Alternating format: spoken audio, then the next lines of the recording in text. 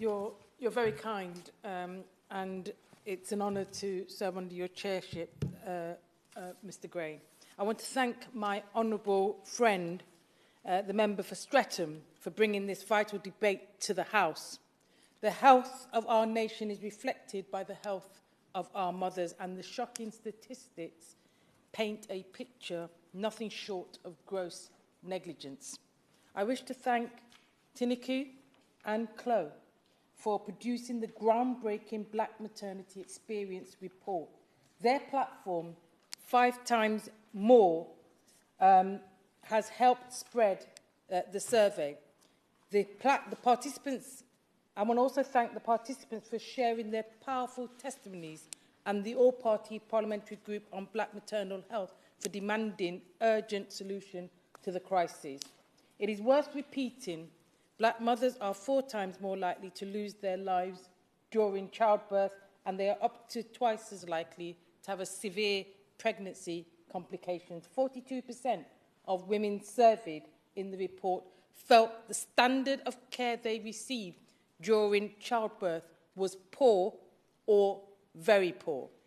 Successive governments since at least the 1970s have systematically failed to address the shocking statistics on Black maternal health, including the standard of care they receive during childbirth.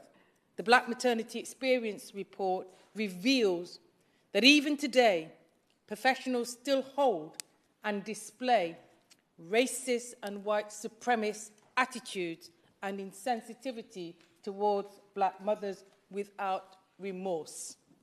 Black mothers suffer in silence through fear of reprisals and fear of the care towards them becoming worse should they complain.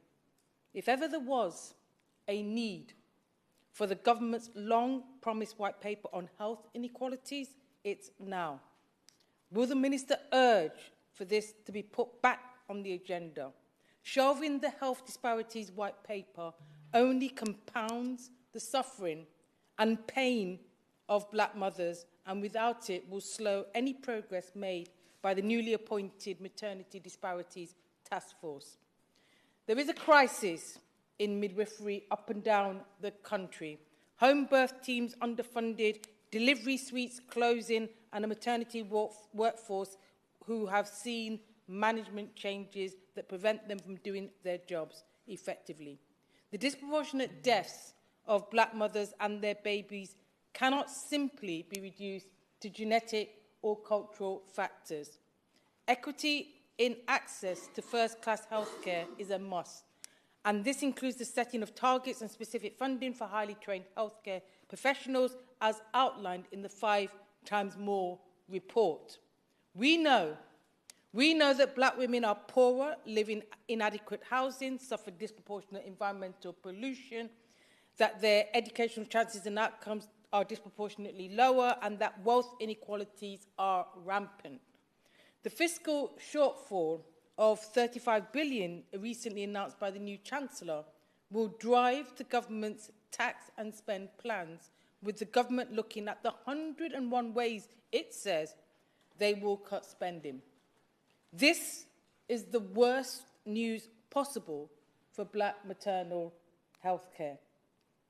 What this demonstrates is a callous ideology that seeks to cut spending instead of taxing earth-shattering levels of idle wealth.